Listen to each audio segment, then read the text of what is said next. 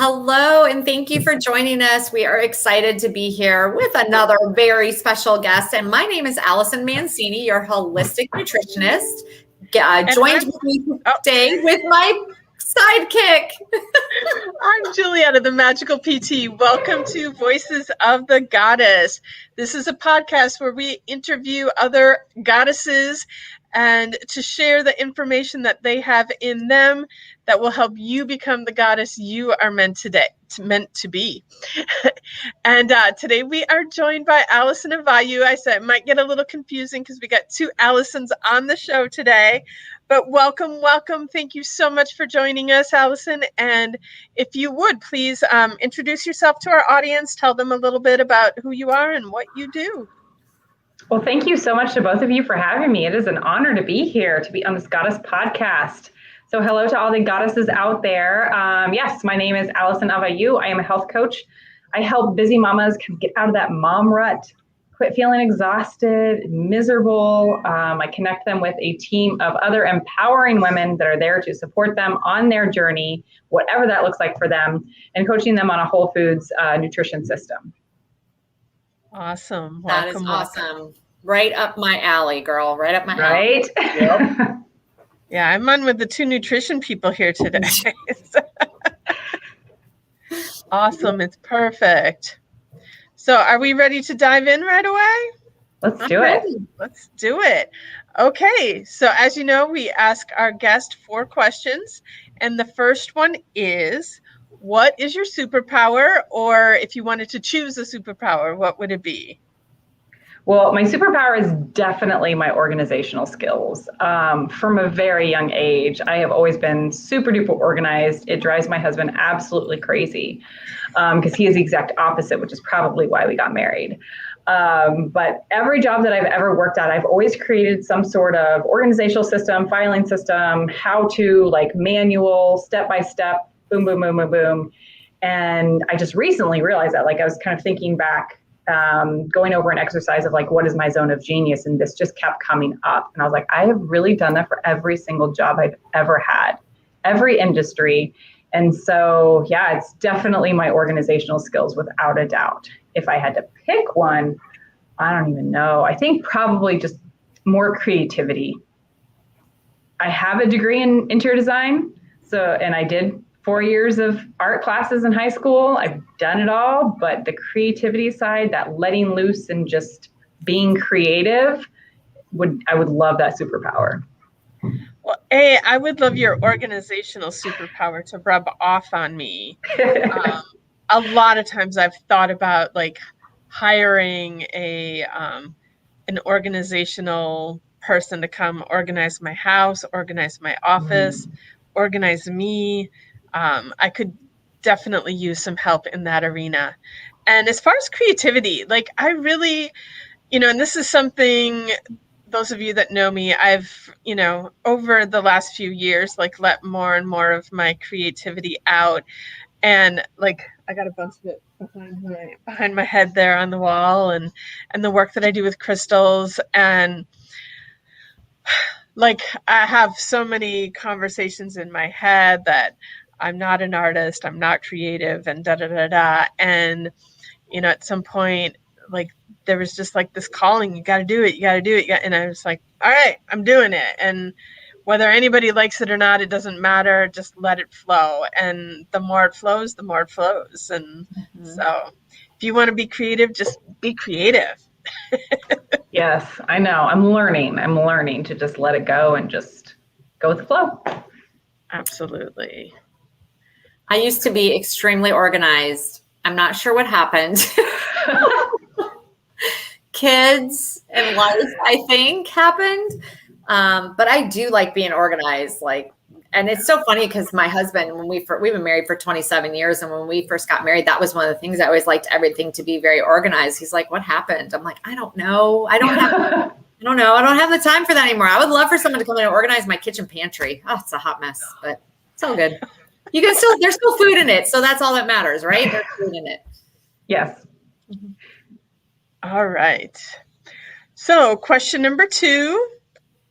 A lot of people struggle because we want you to choose just one, and it's really hard. But What is a book that has either greatly influenced your life or is your favorite book? All right. In all honesty, I had picked two, but since you just said that, you can share them both. I'll focus on one. I'll focus on the most recent one. So I would say Super Attractor by Gabby Bernstein. Phenomenal. I love her. Yes. Well, that was my first introduction to her. And it was just this last fall. I happened, this lady that I know, we just really connected. We both went to the same college. We're from Kansas. And she asked me if I was a reader. And then all of a sudden I'm getting these books from her. And one of them was Super Attractor. And I just kind of gotten into the whole idea of manifesting and attracting. And I'd read a book about law of attraction years ago, but it never really sunk in. And so obviously the universe was planting this book in my lap. And so I read it. And it was super powerful, really, really interesting. I come from a family, I was raised very Catholic. And so it was kind of interesting coming from the religious Catholic side and then reading this and how it all intertwined and how it may be different, whatever the case may be. But it was just the perfect book at the perfect time for me. And I think it had a lot of really powerful takeaways in it, just as far as being connected and really just attracting what it is that you want in your life. The second book I was going to talk about was Big Magic by Elizabeth Gilbert.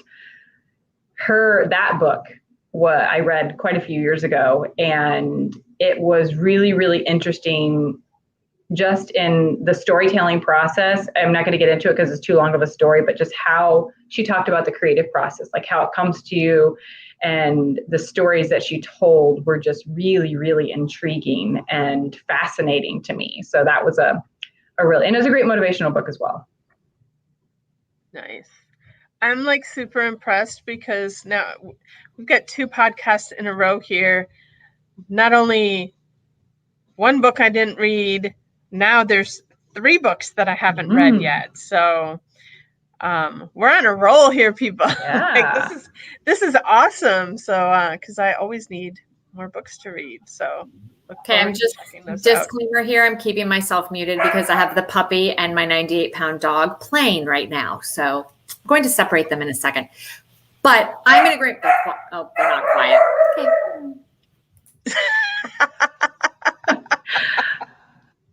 I can relate. That's all right. So we are on to question number 3, which is, what is your favorite self-care practice? We know as women, we're always putting everybody first, whether it's our kids, our spouses, our friends, like we're always taking care of everybody. And too many of us forget to take care of ourselves. So we're huge advocates of taking care of yourself. And so we want to know, what is your favorite self-care practice, Alison? That is such a really, really good question, because I am a mom of 2 little toddlers, and self-care has, in all honesty, been non-existent for me. If I managed to shower every couple of days, it was a miracle. And so I know that there are women out there that are like, yep, that's me. I can totally relate. So forget soaking in a bath, forget going to get a pedicure and a manicure, especially with the pandemic. So a lot of those things that people consider self-care just didn't fit. And so just recently, I've been on a journey to discover what self-care looks like for me, because it looks like something different for every single person. For somebody, it might be laying in their bed reading a book. It might be a long bath. It might be, going for a run by themselves, not pushing a double stroller with 2 kids in it. Because that would be self-care for me. I would love that. But right now, what works for me is just enjoying a really good show on Netflix, something positive and uplifting and some sort that leaves me feeling good. And it just kind of decompresses me at the end of the day, because especially as moms and busy women with businesses and whatever it is that we have going on, a lot of times you're just go, go, go, go, go all day long, and you need some time. I had to learn this the hard way. I needed time to decompress, just relax, have a glass of wine if I wanted to, and just kind of zone out for a minute, turn the brain off. And that for me has been my current self-care practice. I'm looking forward to, in the next couple of months when my kids are sleeping more normally, having a morning routine doing some yoga. Like I really look forward to doing something like that. Nice. And I love how you say that, because your self-care practices do change over time and depending on where you're at in your life. Like I think back to when my kids were the age of your kids. Yeah, a hot bath or a pedicure, anything like that was like, I would laugh like, that's super funny. And a shower was like a dream. But what's really interesting is the older you get, different things keep you busy, and showers still sometimes you're like, yeah, I can do that today. But the reality is I love how you say that. It is so different for everybody, and it's what works for you. And I really feel like it's what works for you at the season of life that you're in, because what I do for myself now is not what I did for myself even 5 years ago. Things have changed, and you gotta do what feels right at the time. So I think the biggest thing is that you just do something for you, whatever that is. Like you said, if it's laying in bed, reading a book, going out and, I don't know, get an ice cream cone, do something. Yeah. Right. Well, I think, and like doing it without judgment. Because I think a lot of times too, like, I'm doing what I should be doing to take care of myself. No, like that self-care should be something that feels really good to you and is like, it's a gift to yourself, not a I have to do this or I should do this, but something that really truly feels good to you to do for you. And release all judgment about what that is, because like I love that you say watching a show on Netflix, because how many of us have the judgment on about how much time do we waste watching Netflix or blah, blah, blah. Man, if it's feeling really good to you, if it's uplifting, then do that. And you mentioned having ice cream, Alison, like all this judgment on eating foods that are bad for you. And it's like, man, if that ice cream is going to like lift your soul for the moment and just like soothe you and feel good, do it. But do it without the judgment. If you're doing it and feeling guilty doing it, it's not going to have the same effect on you. So absolutely. Exactly. And I think that's one thing, one of my friends recently talked to me about, celebrating the wins, like the little wins, and especially if you're a mom like me in the trenches with the toddlers, the small things really are the wins. Did they have a bite for dinner? Yes. Oh my gosh, fantastic. Let's celebrate, And so really pausing for a moment and taking the time to think about, okay, what will make me feel amazing right now? What is that? And like you said, going with it. And you said this too, Alison, the season, with whatever season you're in, it's going to change. But I think even just pausing and contemplating, okay, what is something right now that would make me feel fantastic, more relaxed, more happy, whatever the case may be, whatever it is you're looking for, just internally think about that and then go with it and don't judge it. Like you said, Julietta. Yeah. Sometimes it just feels good to me to just sit down with a cup of coffee and stare out my window. I mean, to be real, just give me 5 minutes of nothingness and then I feel much better and I can go on about my day, Yeah, it just depends. Yep. Right. All right. Our next question, Alison, we did some market research before we started this podcast to find out, what our listeners want help with. And the big question that came up for so many of them is accountability. And how are you able to create accountability in your life? So this was actually a really difficult question for me. I feel like I tend to be the unicorn in this because I've always held myself accountable. I don't know if it was because my dad was a teacher and I was the oldest child and it was just kind of ingrained in me. I just realized my computer's going to die. Oh my God. So I'm going to talk quickly and plug it in. So if I get off camera, I'm still going to be talking.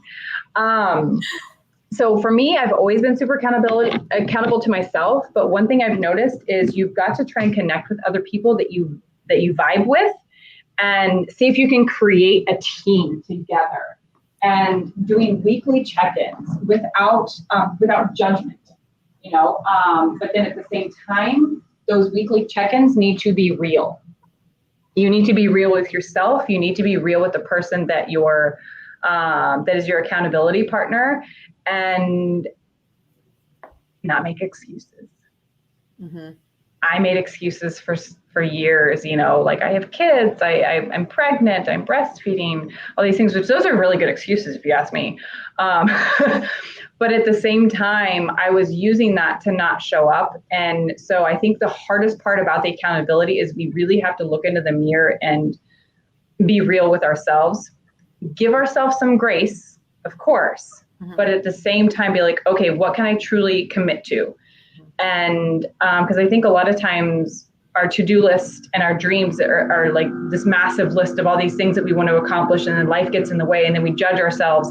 And so I think being able to look at that, give yourself some grace, and just be real with what you can commit to, and keep it in like baby steps, you know, okay, this week or this month, this is going to be my focus, and have that one person that you can check in with. And it helps if that person can be at a similar point in your journey, I think, maybe a couple steps ahead or in a different industry, something like that. I found that's really been really, really helpful for me, because you're both at that same stage. So you can bounce ideas, you're both kind of moving together along this path, and you don't have somebody that's way off over here doing this thing, and then you're over here doing this thing, and it's hard to stay connected with what it is that you're both working on. So hopefully that makes sense. But that's what I found has worked for me, besides just the innate accountability, being a teacher's kid.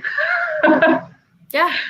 And it's interesting the answers we get to this. I love it, because so much good, just really rich advice and ways to find accountability. Yeah, I think that's awesome. Love it. Whoop, whoop. All right. I think it's time for takeaways. Allison, what is your takeaway from today? This Allison or that Allison? You out the Allison Mancini, Allison. Thank you.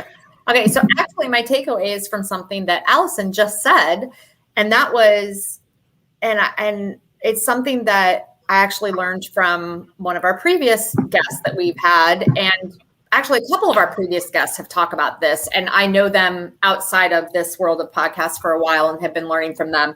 And one of the things that they said, and Allison just said it also, was that focus on one thing a month. Like you just said, take that one thing a month, whatever it is, and focus on that and work to get that done. Because so many times we're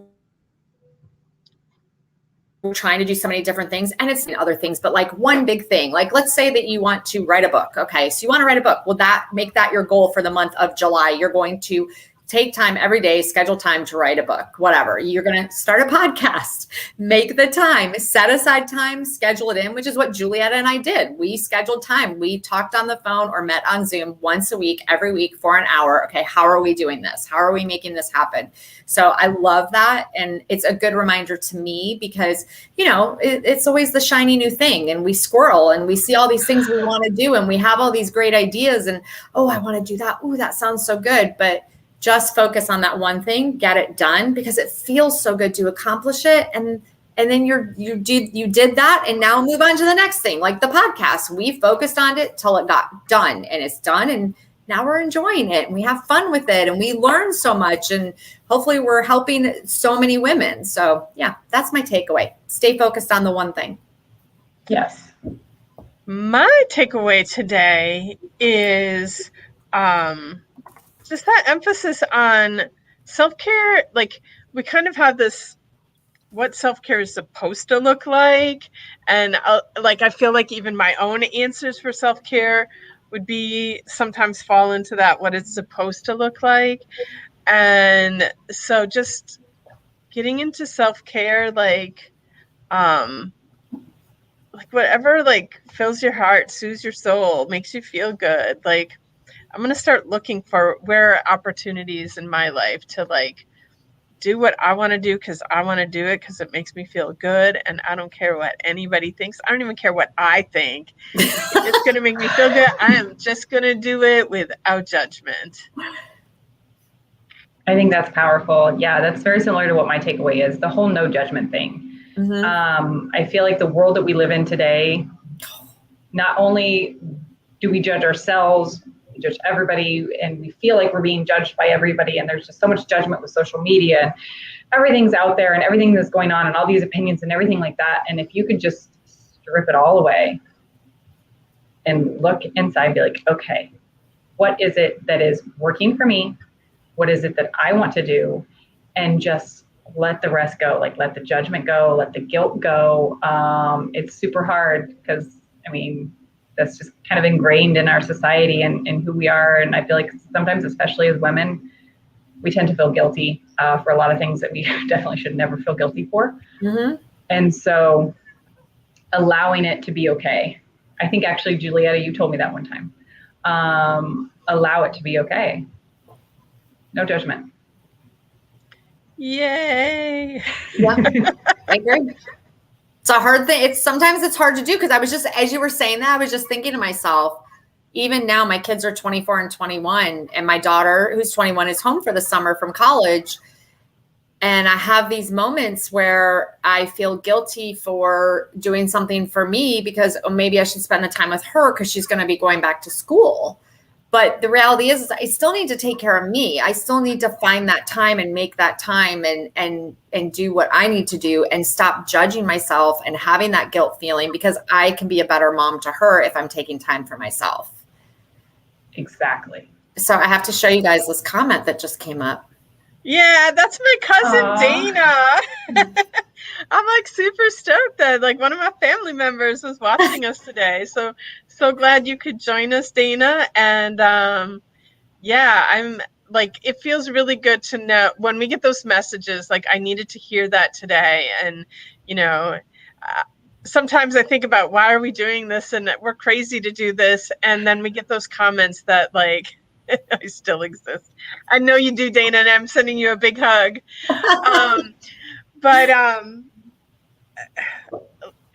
So often, like, we doubt ourselves and that we doubt that we have something of value to share. And every single one of us has something valuable to share that somebody out there needs to hear, which is why, you know, sometimes I ask people, like, do you want to be a guest on our show? And they're like, no, like, I don't have anything to say. And I'm like, everybody has something to say, and your voice is important. And the reason, like, maybe you're going to say the same thing that I say, but you say it in a different way that touches somebody else and it's able to reach them. Like, you just don't know when you're going to say something that's going to completely change somebody's life. And it might be the simplest, tiniest thing ever, but it really does have impact out there. And so when we get this kind of feedback, it's like, it reminds us, like, this is why we're doing this. And so we keep going. And so when I ask you to be a guest on this podcast, just say yes, do it. Like, we're going to have fun, and you don't know whose life you're going to change, whose life you're going to impact. So, and honestly, it impacts us too. Like, as we're going through this, our guests, Julietta and I, every time we get off an interview, we're always like, oh my God, like something new is learned, something we heard that, just like Julia said, we've probably heard it 10 times before, but because Alison said it a certain way, it totally resonated with us, you know? So yeah, don't say no if we ask you to be on this podcast. It's good for you. Well, I'm glad I said yes. It's good for you. So I don't know if we see Dana's comment here that she's trying to write a book and she's thinking about starting a podcast. And I think that we can help her start this podcast by having her come on and be a guest on our show. So yes, we need to absolutely. And I think one thing I want to share real quickly before we wrap up is, and it really resonated with me, and it goes into what we're talking about here. You never know when your story or your experience is going to be the key to unlock somebody else's prison. Oh my gosh, I love that. Wait, can you say that really slowly? Sure. You never know when your story and your experience and how you share something is going to be the key to unlock someone else's prison.